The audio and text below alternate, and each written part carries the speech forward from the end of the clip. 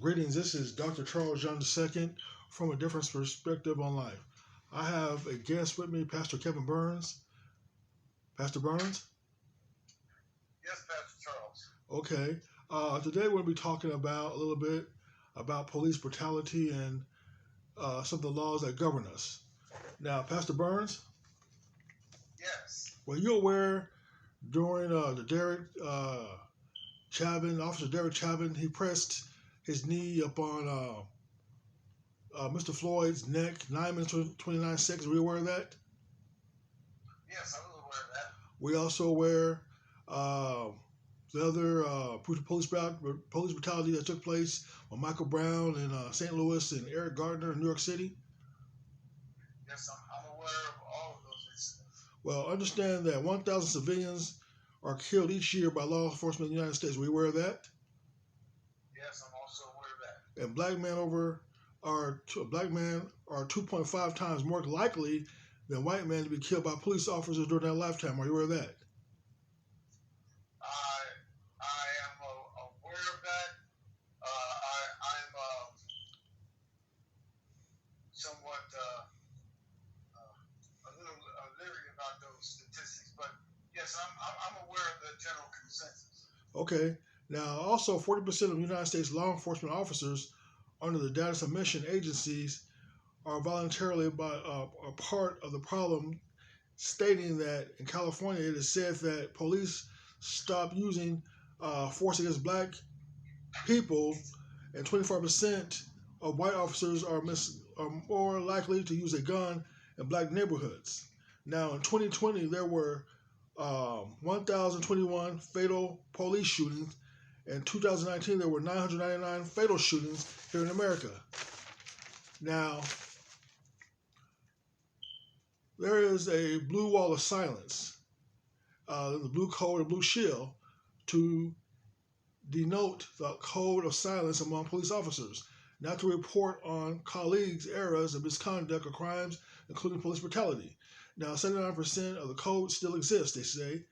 52% code doesn't bother them, stating new officers that are sworn in, and 24% of the code is justified when force is deadly. Are you aware of that? No, I'm not. I wasn't aware of that. Now, actually, I'd like to have your input upon how do you feel about police brutality and stating that others you said that are connected to a certain political party is behind it. Well, I don't necessarily believe that there is a political party behind it. What I believe is that since the black community began to shift over to the Democrat Party and they put in a lot of leftist policies and began removing fathers from the home and God out of the school, and we began to see a rapid rise in out of wedlock birth rates. I believe that there was a very systematic negative effect that those policies had on urban community families. So I believe there was some impact involved in how we see many of our urban communities today that have been become communities full of indiscriminate violence and hopelessness and pretty much war zones. I believe there was one party that was responsible for creating that environment. Now, as far as No. What party is that? well, the Democrat Party. Okay, proceed. Yeah, but now when it comes to police brutality, I mean, no one is there's no party that I would say is responsible for any brutality, any police brutality. That is solely on the officers' fault, whether they, regardless of their political beliefs. I see. So I don't believe that any that police brutality has anything to do with someone's political viewpoints, but I do believe that the leftist policies of the Democrat Party, which basically created these environments that produce nothing but generational welfare, has had a very negative and adverse effect on many urban communities. I see. Now, you said they have had a vast negative effect on urban communities, correct? Correct. Such as what? Now, restate that question again. You said they have had a negative effect on urban communities, correct?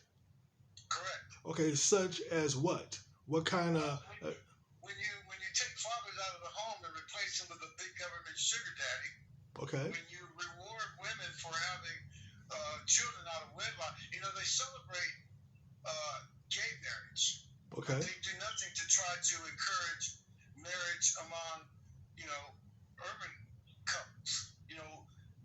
Gay marriage is celebrated, but they actually penalize other Americans for being married. There's a substantial financial benefit to not having a father in the home. The more children that you put out, the more money you get from the state. It's a vicious cycle that creates nothing but third and fourth and generational welfare recipients that are dependent upon government. The policies of the left are not designed to lift people out of poverty. They're designed to keep people dependent upon government. And they're the complete opposite of what all of our parents taught us. When we were being raised as children, the job of a good parent was to teach us how to be able to survive in a world without having to always, rely on mommy and dad. We were raised to be able to survive independent of our parents. All good parents do that with their children. But this is just the opposite with these state-run programs, which do not teach us how to go out and be independent, but actually force us to become dependent upon, the state, which doesn't help anyone grow.